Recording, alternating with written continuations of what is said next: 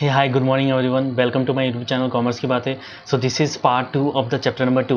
So in this video we are going to learn about ordinal utility analysis. So in the previous video we have learned about cardinal utility analysis. So let's recap what we have learned.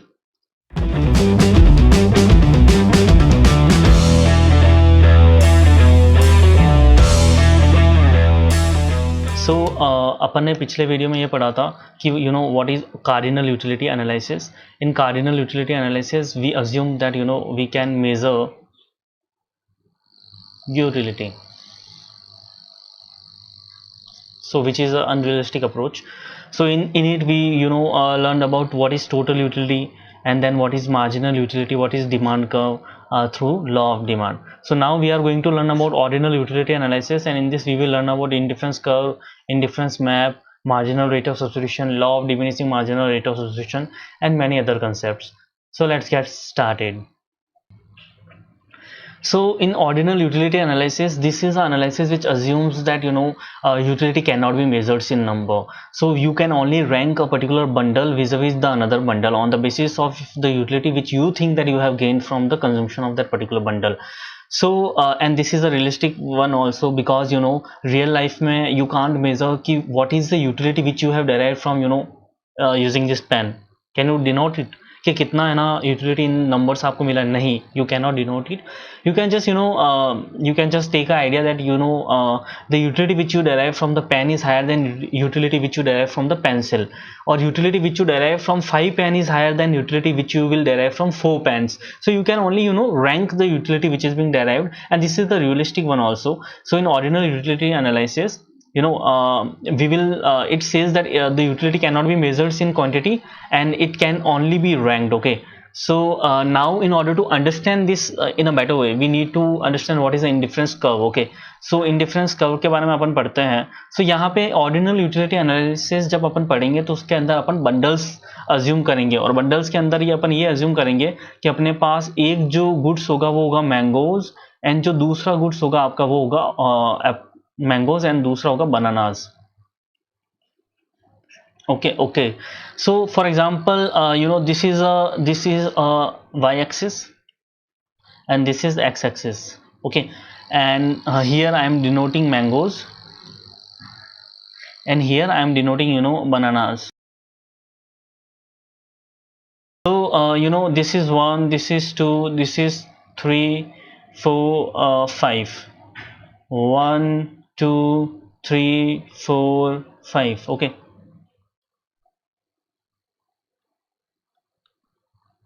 1, 2, 3, 4 and 5.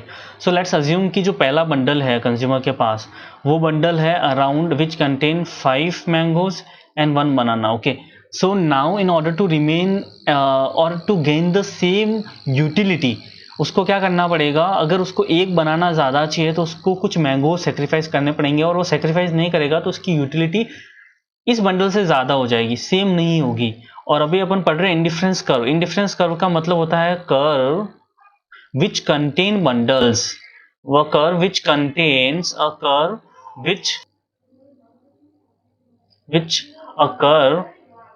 Which contain bundles. Okay, so indifference curve का मतलब क्या होता है? Indifference curve is a curve which contains bundles of goods. ये goods के bundles होते हैं which give same utility, जो कि सेम यूटिलिटी देता है आपको. ओके, मींस इस कर्व पर जो भी बंडल होंगे ना बेटा, उससे सेम यूटिलिटी मिलेगी. चाहे आप बंडल नंबर ए लो, चाहे बी लो, चाहे सी लो, यूटिलिटी जो है, जो उसका सेटिस्फेक्शन है, वो आपका सेम रहेगा. सो you will be indifferent between those bundles कि कौन सा बंडल मैं लूं. मींस आपको फर्क भी नहीं पड़ेगा कि बंडल ए लो, बी लो या सी लो. So consumer will be indifferent between all those bundles. Consumer जो होगा इनडिफरेंट होगा, means he can not decide कि which bundle to choose, because each bundle give him the same utility. So therefore this is called as indifferent curve. So in order to gain the same utility, he has to remain on the same indifference curve, and therefore he will for example, in order to, and he has a limited budget also. Okay, so in order to gain one quantity of banana, since he has less banana, so he is willing to give up more mangoes. For example, he gives up 2 mangoes, and now for example he is having 2 he is having three mangoes and two bananas, and now since he is having two bananas, so he will not be wanting to forgo more bananas or more mangoes for the bananas. So for example he forgo only one mango, so उसने एक mango ही sacrifice करा एक बनाना के लिए. सो अब जो है यहाँ पे ये यहाँ पे डॉट आ जाएगा जिसमें उसके पास दो मैंगो है और दो बनाना है. अब जब नेक्स्ट तीन बनाना है, अब जब उसको नेक्स्ट मैंगो चाहिए ना, तब वो एक ही क्वांटिटी सेक्रीफाइस करेगा और यहाँ पे उसके पास एक मैंगो हो गया और चार बनाना हो गया. अब जब मैं इस सारे पॉइंट्स को जब आप यहाँ पे मैच करोगे तो यहाँ पे आपका बन जाएगा एक इंडिफरेंस कर्व. इसको कहते हैं इंडिफरेंस कर्व. क्या मतलब होता है इस इंडिफरेंस कर्व का, तो मैं आपको सिंपल सी लैंग्वेज में बताता हूँ. इंडिफरेंस कर्व का ये मतलब है कि इसके मैं किसी भी पॉइंट पर चला जाऊं, जो यूटिलिटी होगी मेरी वो सेम होगी.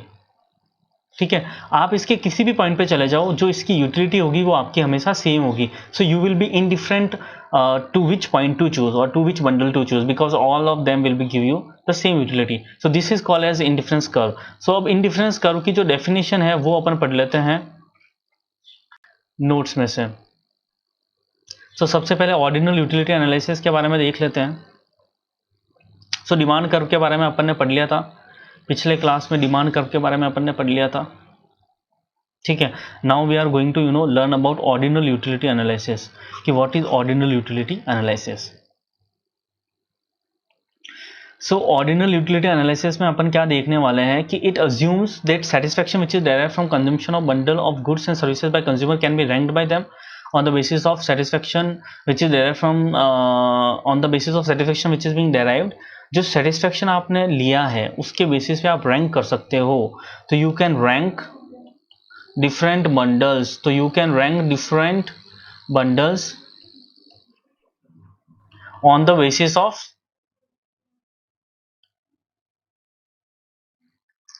satisfaction. Okay, so you can rank the different bundle on the basis of satisfaction which has been received from those bundles. Okay, so we got it कि we can rank it. So indifference curve कैसे बनाते हैं वो अपन ने देख ही लिया. ठीक है, तो इंडिफरेंस कर्व क्या होता है अब उसके बारे में देखते हैं अपन. So we have learned about indifference curve. What is an indifference curve? Indifference curve is a curve which represent all the bundles which will give you the same level of satisfaction.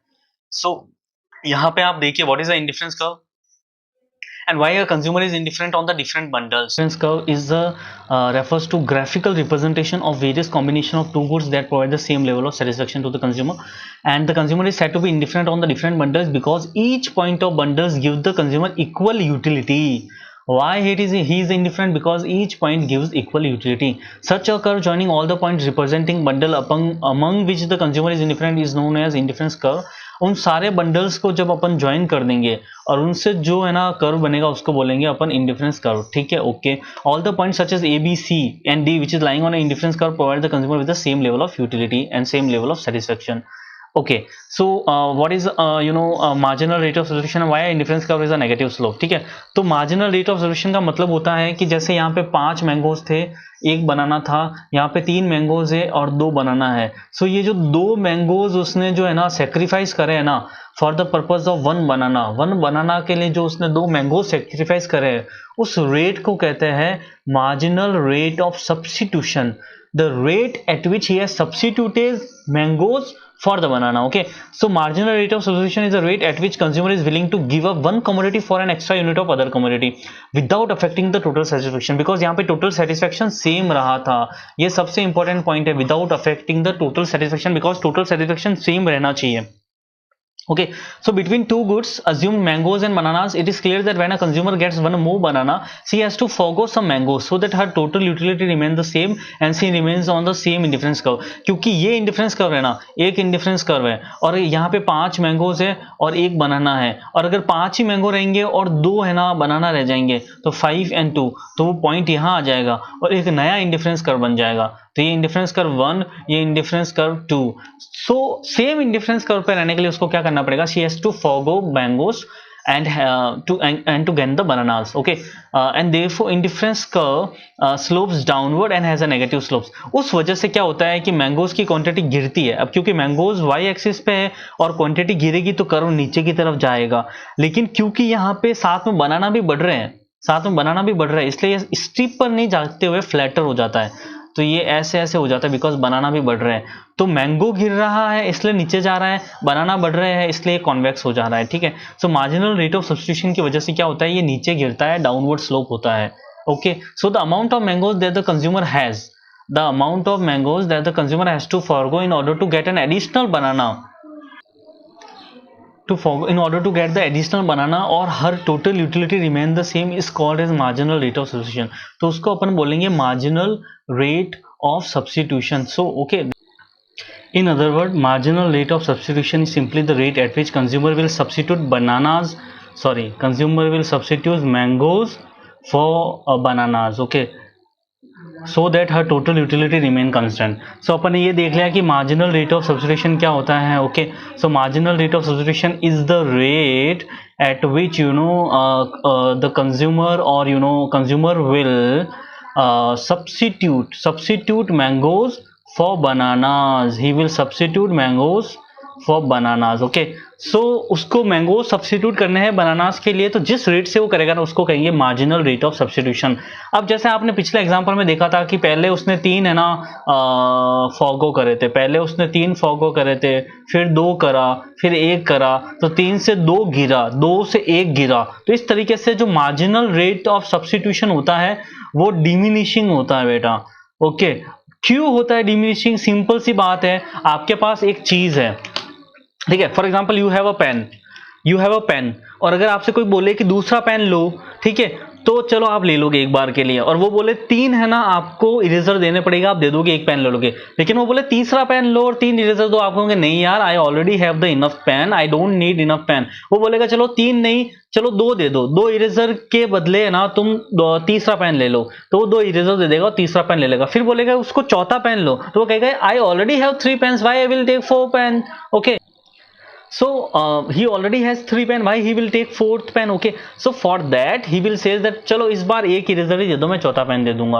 अब 3 eraser वो sacrifice नहीं करेगा एक pen के लिए, because he already has enough pens. ठीक है, तो हर एक नई क्वांटिटी को ऑब्टेन करने के लिए जो प्रीवियस क्वांटिटी है वो कम फॉरगो करेगा, वो उसको कहेंगे diminishing marginal rate of substitution. Okay, so explain the meaning of the diminishing marginal rate of substitution.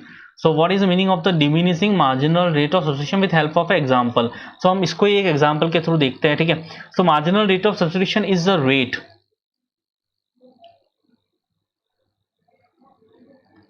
okay, so marginal rate of substitution क्या होती है? is the rate at which consumer is willing to give up one commodity for extra unit of other commodity without affecting total satisfaction। तभी वो IC पे, same IC पे रहेगा, और क्योंकि टोटल सेटिस्फेक्शन अगर अफेक्ट हो जाएगा तो IC चेंज हो जाएगी, इसलिए वो सेम अफेक्ट बिना अपने टोटल सेटिस्फेक्शन को अफेक्ट करे हुए वो एक कमोडिटी की क्वांटिटी को फॉरगो करेगा for the purpose of taking the other commodity. Okay, so between two goods, for example here mangoes and bananas, it is clear that when a consumer gets one more banana then she has to forgo some mangoes, so her total utility remain the same and she remain on the same indifference curve, therefore indifference curve slopes downward and has a negative slope। और फिर MRS का formula क्या हुआ कि मैंने कितना है ना मैंगोज को फॉरगो करा है डिवाइड बाय कितना मैंने बनाना ऑब्टेन करा है, ये MRS का फॉर्मूला होता है। ठीक है, तो रेट क्या आएगा, 3 मैंगो फॉरगो करके 1 बनाना लिया, तो 3:1 is my marginal rate of substitution. तो यहाँ पे क्या आ गया, unit of mangoes she is willing to sacrifice divide by unit of bananas she is willing to gain. So change in x2, change in mangoes divide by change in x1, change in bananas. So for example यहाँ पे combination का example दे दिया है हमने, यहाँ पे आपका combination आ जाता है। ठीक है, A, B, C, and D 4 combination है। सबसे पहले 1 बनाना था उसके पास और 15 मैंगोज थे, तो ये यहाँ पे आपका एग्जाम्पल हो गया। यहाँ पे 15 मैंगोज आ गए उसके पास, 15 मैंगोज उसके पास आ चुके हैं, और अब अपन क्या कहते हैं, 15 मैंगो आ गए। ठीक है, ओके, देन उसके पास 12 मैंगो, देन उसके पास 10 मैंगो, देन उसके पास 9 मैंगो, और यहाँ पे 1 2 3 एंड 4। सो इस तरीके से 15 1 12 2 10 3 एंड 9 4, इस तरीके से ये जो कर्व होगा ये डिमिनिशिंग होगा यहाँ पे आपका। Okay, okay sir.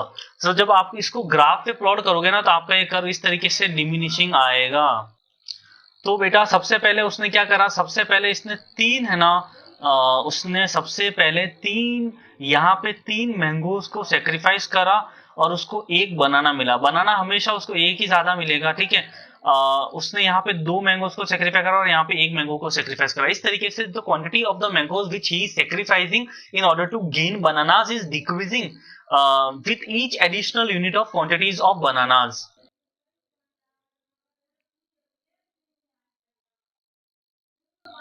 Okay, so representation of law of diminishing marginal rate of substitution. So what is the law of diminishing marginal rate of substitution? तो मैं आपको पहले ही बताता हूँ law of diminishing marginal rate of substitution क्या होता है.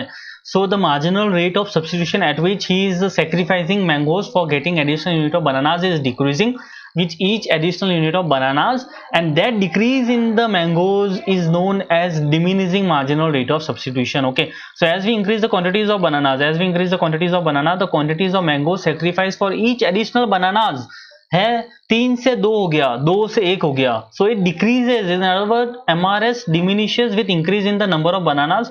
As the number of bananas with the consumer increases, the MU derived from each additional banana falls. क्यों?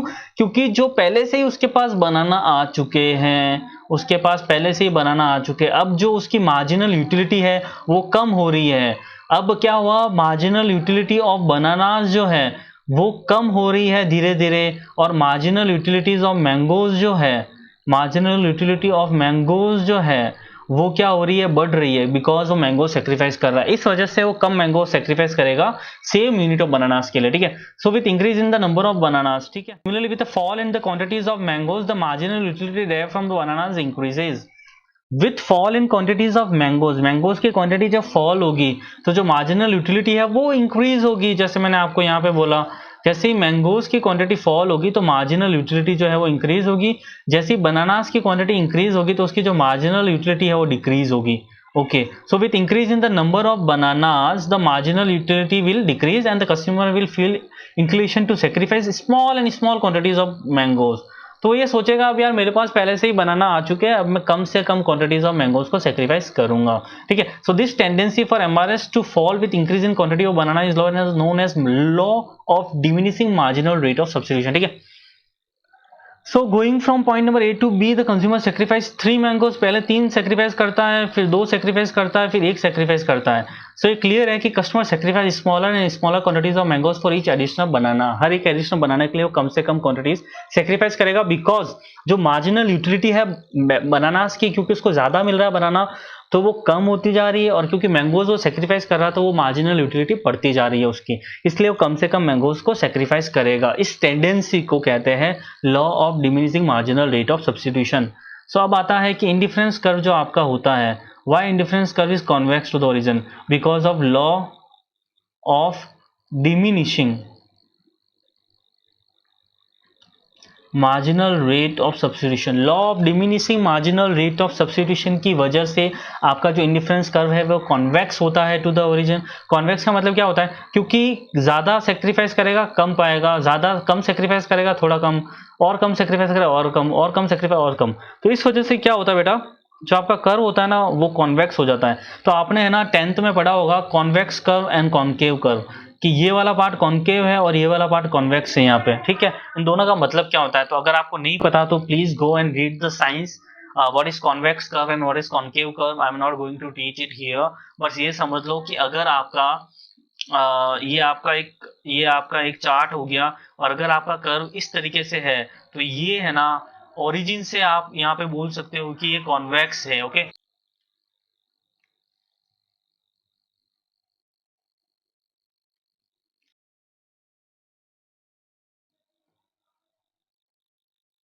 अगर आपका इंडिफरेंस कर्व यहाँ पे सेम होता, सीधा होता तो स्ट्रेट लाइन होता, और अगर इंडिफरेंस कर्व इस तरीके से होता तो यहाँ पे इसको बोलते कॉनकेव. तो यहाँ पे मैं क्या बोलता, कॉनकेव टू ओरिजिन, ठीक है. तो क्योंकि इंडिफरेंस कर्व इस तरीके से डिक्रीज होते हुए जो दूसरी क्वांटिटी वो इंक्रीज हो रही है. डिक्रीज क्यों हो रहा है, क्योंकि मैंगोज की क्वांटिटी गिर रही है, इसलिए ये डिक्रीज हो रहा है.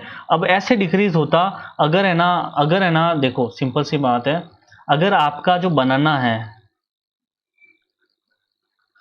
बनाना सेम रहता, यहीं पे रहता, तो आपका जो मैंगोज डिक्रीज होता, तो आपका ये ऐसे रहता, ठीक है। लेकिन क्योंकि बनानास बढ़ रहा है, बनाना साथ में बढ़ रहा है, इसलिए वो गिरते हुए इस तरफ जा रहा है, ठीक है। तो मेरे अकॉर्डिंग मैंने बहुत ही सिंपल लैंग्वेज में आपको बता दिया है ये सब चीज़ें। अब अपन आगे चलते हैं, ठीक है। सो अपन ये पढ़ रहे थे कि कॉन्वेक्स क्यों होता है ओरिजिन की तरफ। तो कॉन्वेक्स इसलिए होता है, law of diminishing marginal rate of substitution की वजह से कॉन्वेक्स होता है, ठीक है। So because of law of diminishing marginal rate of substitution क्या होता है कि पहले 3 क्वांटिटी सेक्रीफाइस करी, फिर डिमिनिश होके 2 हो गया, फिर डिमिनिश होके 1 हो गया, तो इसलिए क्या होता है, ये अपने ओरिजिन से कॉन्वेक्स होता है। ओके, सो ये आपको आंसर लिखना है एग्जाम में कि क्वांटिटीज ऑफ एक कमोडिटी जब इंक्रीज होती है तो क्या होता है, marginal rate of substitution fall होता है, law of diminishing marginal rate of substitution की वजह से। So the marginal rate of substitution is the slope of indifference curve. जो ये आपका इंडिफरेंस कर्व है, इंडिफरेंस कर्व, अब ये क्यों गिर रहा है, क्योंकि जो मार्जिनल रेट ऑफ सब्स्टिट्यूशन, इसी की वजह से तो इंडिफरेंस कर्व बन रहा है।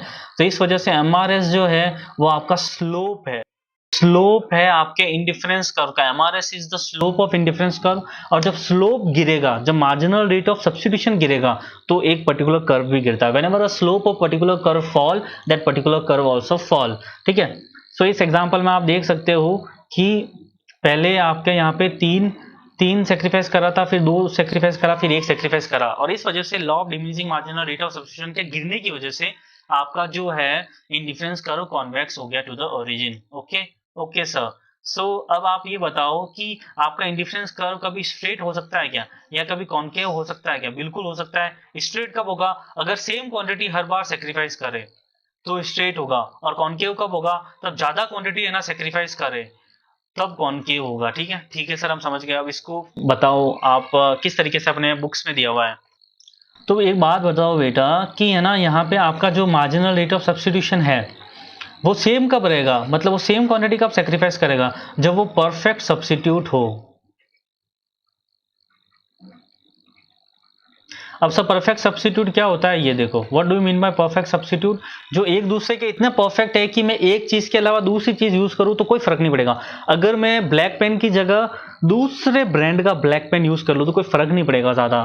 तो क्योंकि एक ब्लैक पेन, 5 रुपए के ब्लैक पेन को सेक्रीफाइस आप तभी करोगे जब आपको दूसरा 5 रुपए का ब्लैक पेन मिलेगा, ठीक है। तो आप 1 यूनिट सेक्रीफाइस कर रहे हो 1 यूनिट के लिए, तो इसको कहते हैं परफेक्ट सब्स्टिट्यूट्स। तो परफेक्ट सब्स्टिट्यूट्स का क्या मतलब होता है? Perfect substitute are those goods which can be used in place of each other, जो एक दूसरे की जगह यूज कर सकते हैं बिना है ना उसकी यूटिलिटी को अफेक्ट कर।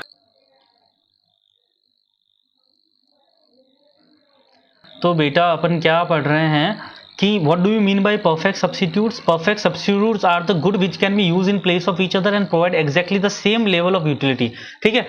तो सबसे जो मेन इंपॉर्टेंट पॉइंट है जो आपको याद रखने का है वो ये है कि परफेक्ट सब्स्टिट्यूट गुड्स तभी होंगे जब वो जो दोनों है ना वो एक दूसरे की जगह यूज हो सकते हो।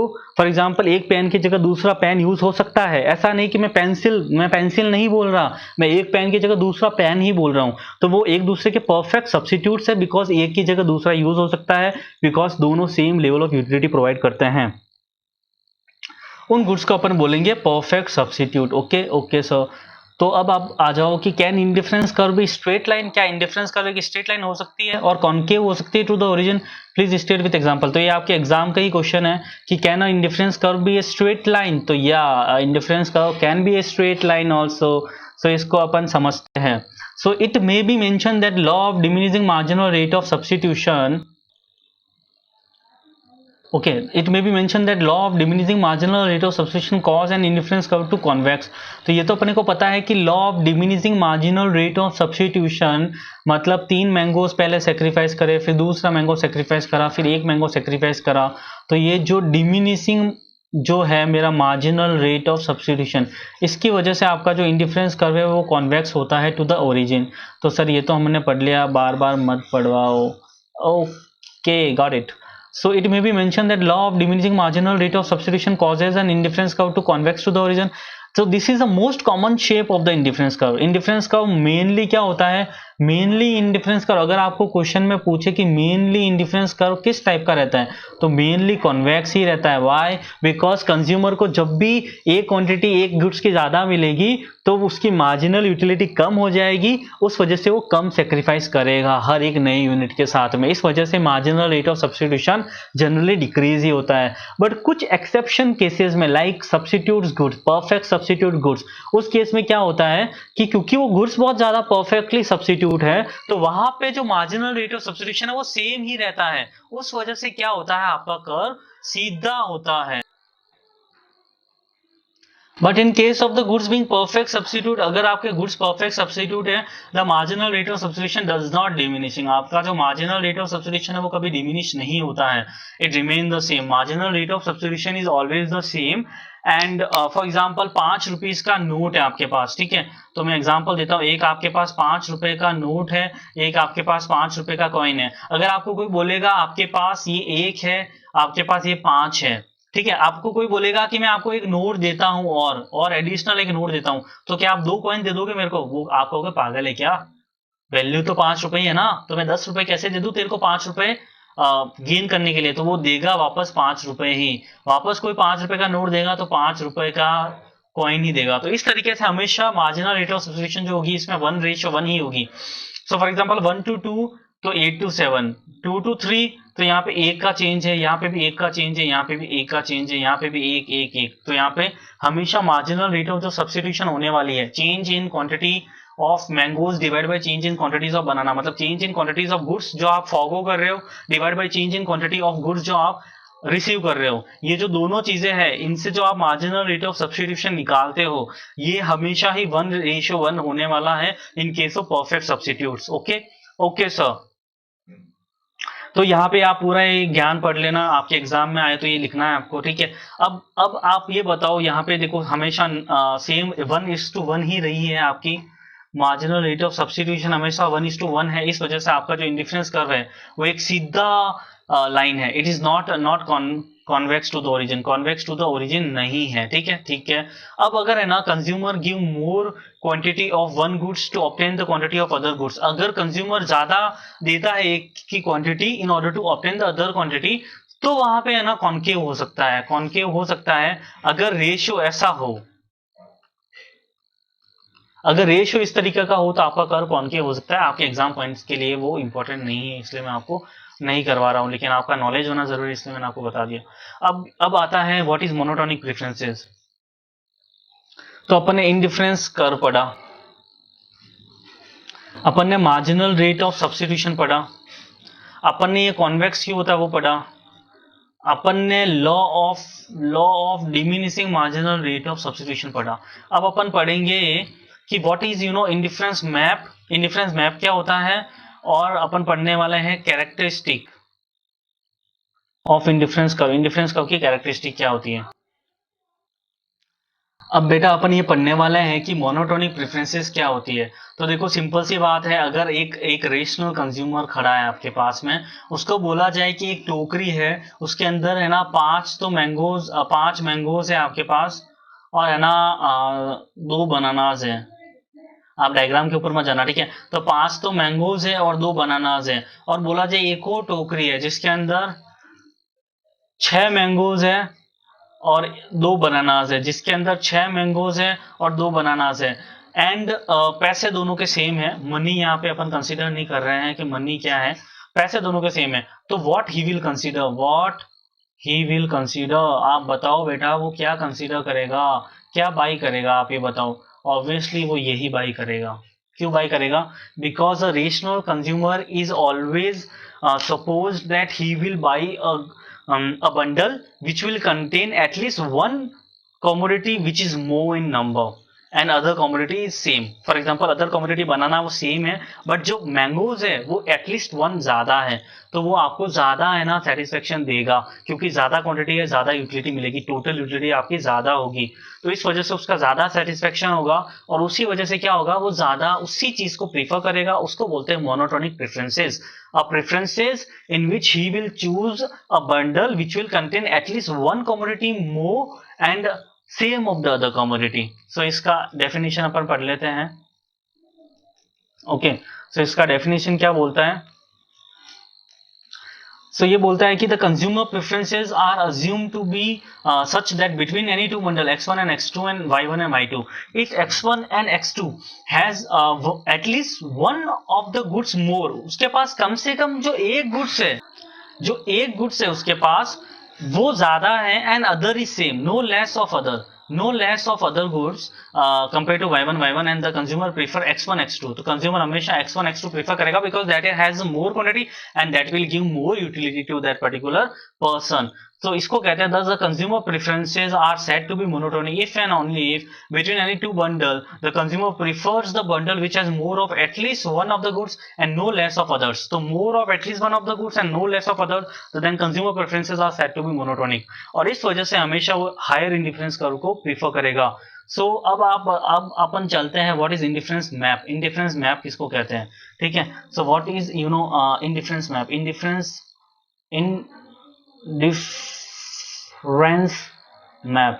ओके, सो अपन ये पढ़ रहे हैं कि what is indifference map. Indifference map क्या होता है? तो सिंपल सी बात ये होता है the family of indifference curve जो है उसको कहते हैं इंडिफरेंस मैप.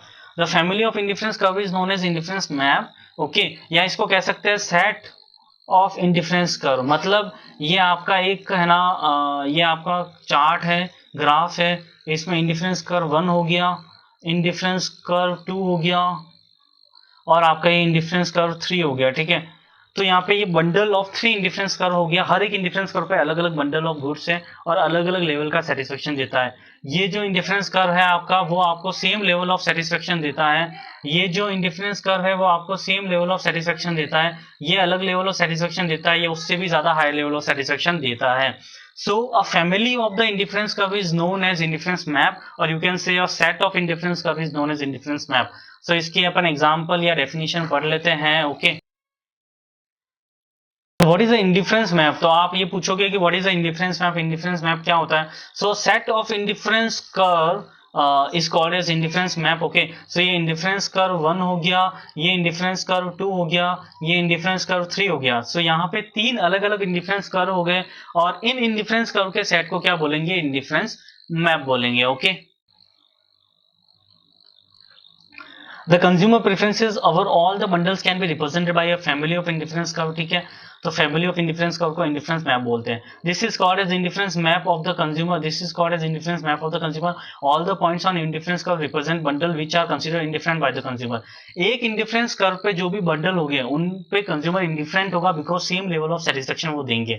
लेकिन जैसे ही वो दूसरे इंडिफरेंस कर्व पे जाएगा तो उसको ज्यादा सेटिस्फेक्शन मिलेगा, he will get more satisfaction, so he will prefer higher indifference curve always. So ये जो कर्व है ना, ये हमेशा ये बताता है कि जितना हायर इंडिफरेंस कर्व उसको मिलेगा वो लेगा. अब आपकी बजट लाइन ये हो गई तो वो ये इंडिफरेंस कर्व ले पाएगा, वो 30 से पे नहीं जा पाएगा. बजट लाइन क्या होती है सर, ये कैसे ड्रॉ करिए, हम सब पढ़ने वाले हैं नेक्स्ट लेक्चर में, बजट लाइन के बारे में भी पढ़ेंगे.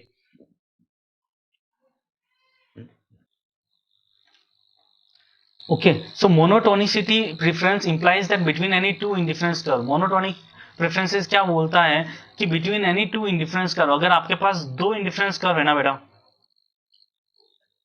तो इन दो के बीच में आप हमेशा वो इंडिफरेंस कर्व चूज करोगे ऑन विच लाइज अबव, जो आपके ऊपर है. क्योंकि अभी अपन ने पढ़ा कि कंज्यूमर हमेशा क्या चूज करता है? जिसमें ज्यादा क्वांटिटी हो. कंज्यूमर हमेशा ज्यादा क्वांटिटी वाला गुड्स चूज करता है हमेशा. तो इस वजह से ज्यादा क्वांटिटी वाला गुड्स ज्यादा हायर इंडिफरेंस कर्व पे होगा. सर आप यू क्यों बोल रहे हो कि ज्यादा क्वांटिटी वाला गुड्स हायर इंडिफरेंस कर्व पे होगा? बिकॉज बेटा एक बात बताओ, just a second.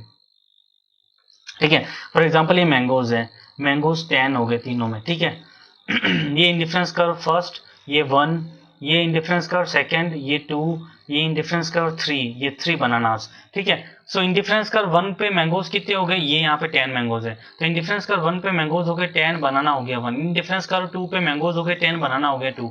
Indifference curve 3 पे मैंगोज हो गए 10, बनाना हो गए 3. ठीक है, तो क्योंकि यहाँ पे मैंगोज का लेवल सेम है बट बनाना हायर मिल रहा है उसको 3 पे, इसलिए वो हमेशा 3 चूज करेगा. ओके सर, हम समझ गए. अब सबसे लास्ट जो पार्ट अपन पढ़ने वाले हैं आज इस चैप्टर में वो है कि व्हाट आर द फीचर्स और characteristic of indifference map. Indifference curves की क्या फीचर्स एंड कैरेक्टरिस्टिक होते हैं, what are the features and the characteristics of the indifference curve. Okay, so what are the features and characteristic of indifference curve. Indifference curve slope downward, indifference curve is convex to the origin, and indifference curve higher indifference curve give higher utility, and indifference curve never cross each other. Because अगर वो cross कर दिए इसका मतलब ये होगा कि हर एक इंडिफरेंस कर्व के पॉइंट जो क्रॉस कर रहे हैं उन पे सेम सेटिस्फेक्शन मिलेगा, जबकि ऐसा नहीं होता है, क्योंकि हर एक इंडिफरेंस कर्व के ऊपर अलग सेटिस्फेक्शन होता है और उसके जितने भी बंडल होते हैं उनपे वो सेम सेटिस्फेक्शन होगा. तो इस वजह से दो इंडिफरेंस कर्व कभी क्रॉस नहीं कर सकते. तो इसको अभी पढ़ते हैं अपन. तो what are what are the characteristic of indifference curve. तो सबसे पहला कैरेक्टरिस्टिक ऑफ इंडिफरेंस कर्व मैं आपको ये बताऊंगा कि what is the what are the characteristic of indifference curve. So मैं आपको ये बताऊंगा इंडिफरेंस कर्व की कैरेक्टरिस्टिक ये होती है. सबसे पहला indifference curve slopes downward. Indifference curve slopes downward, ये डाउनवर्ड स्लोप करता है. ये रह गया आपका indifference curve. And then it is convex to the origin, it is convex to origin. अब क्यों होता है वो भी अपन ने पढ़ लिया, due to marginal rate of substitution के डिमिनिश होने की वजह से. स्लोप डाउनवर्ड क्यों होता है, because of marginal rate of substitution. फिर थर्ड होता है इंडिफरेंस कर्व का जो हायर इंडिफरेंस कर्व होगा will give higher satisfaction. Higher indifference curve will give higher satisfaction. Okay, higher indifference curve will give higher satisfaction, higher indifference curve will give higher satisfaction. Okay, and चौथी चीज हो गया indifference curve never intersect. Okay, तो ये मैंने आपको सारी चीजें पढ़ा दी है. बस एक चीज पढ़ानी, ये जो भी चीजें आप यहाँ से पढ़ लेना, बिकॉज यहाँ पे सब चीजें अपन डिस्कस कर चुके हैं, नोट्स में से देख लेना आप. अब जो एक चीज है वो जो मैंने नहीं पढ़ाई है, ये हो गया higher indifference curve give higher level of utility. अब जो एक चीज है जो मैंने नहीं पढ़ाई है वो ये है कि indifference curve never intersect each other. So उसका एग्जांपल अपन समझ लेते हैं. ये इंडिफरेंस कर्व 1 है, 2 मान लो, ये इंडिफरेंस कर्व 2 है और ये इंडिफरेंस कर्व 1 है, ये इंडिफरेंस कर्व 1 है. ठीक है, अगर ये एक दूसरे को अगर क्रॉस करते हैं, मैं अजम्पशन ले रहा हूँ कि ये क्रॉस करते हैं, ठीक है, मैं यहाँ पे अजम्पशन ले रहा हूँ कि क्रॉस करते हैं, फिर मैं आपको ये बताऊंगा कि ये जो अजम्पशन है क्रॉस करने की, अजम्पशन गलत है. कैसे, जैसे ये जहां पे ये क्रॉस करे इसको मान लो A, इस पॉइंट को मान लो B, इस पॉइंट को मान लो C. ठीक है, इस पॉइंट को C मान लिया, इस पॉइंट को B मान लिया, इस पॉइंट को A मान लिया. अब क्योंकि दोनों जहां पे क्रॉस कर रहे हैं वहां पे सेम लेवल ऑफ क्वांटिटी है, तो वहां पे सेम लेवल ऑफ सेटिस्फेक्शन है, सेम सेटिस्फेक्शन है, सेम लेवल ऑफ सेटिस्फेक्शन है. अब क्योंकि ए पॉइंट जो है वो IC1 पे भी है, a point is on IC1 and a point is on IC2, दोनों जगह है. तो क्योंकि ए पे जो सेटिस्फेक्शन मिल रहा है वो भी सी पे मिलेगा और वही सेटिस्फेक्शन बी पे मिलेगा, क्योंकि IC के जितने भी पॉइंट होते हैं वहां पे सेम सेटिस्फेक्शन मिलता है, ये अपन ने पढ़ा है. तो क्योंकि ये दोनों जगह है तो दोनों में सेम सेटिस्फेक्शन मिलेगा. क्या ऐसा होता है, नहीं होता. बिकॉज आप यहाँ पे ले लो, लाइक यहाँ पे, तो यहाँ पे ये वाली क्वांटिटी मान लो ये 1 है तो ये 2 है, और यहाँ पे 3 है, और यहाँ पे ये मान लो 10 है. तो एक तो बी जो है, ये बी यहाँ पे मान लो, आप इसको हटा दो. ठीक है, जो बी है, बी पे तो क्या हो रहा है आपका 10 और 3 है, और लेकिन जो सी है उस पे क्या है बेटा, आपका जो एक सेकेंड, आपका जो सी है वो यहाँ है, ऐसा मान लो. जो बी है, बी पे तो 10 और 3 है, और सी पे क्या है 10 और 2. तो आप खुद बताओगे कंज्यूमर क्या चूज करेगा, 10 या 2 और या 10 एंड 3. तो he will always choose 10 and 3, and 10 and 3 on IC2. सो और ये IC1 पे है. तो ये तो अजम्पशन जो होती है अपने की, हर एक इंडिफरेंस कर्व पे जो पॉइंट होता है वो सेम यूटिलिटी देगा, वो यहाँ पे सेटिस्फाई नहीं कर रहा, because 10 and 3 will give higher satisfaction as compare to 10 2, और 10 3 अलग इंडिफरेंस कर्व पे और 10 2 अलग इंडिफरेंस कर्व पे, और इस तरीके से वो हम कह सकते हैं कि इंडिफरेंस कर्व कभी एक दूसरे को इंटरसेक्ट नहीं करता है. So thank you very much for watching the video, and I will see you in the next video. तो चलिए, बाय बाय, टाटा.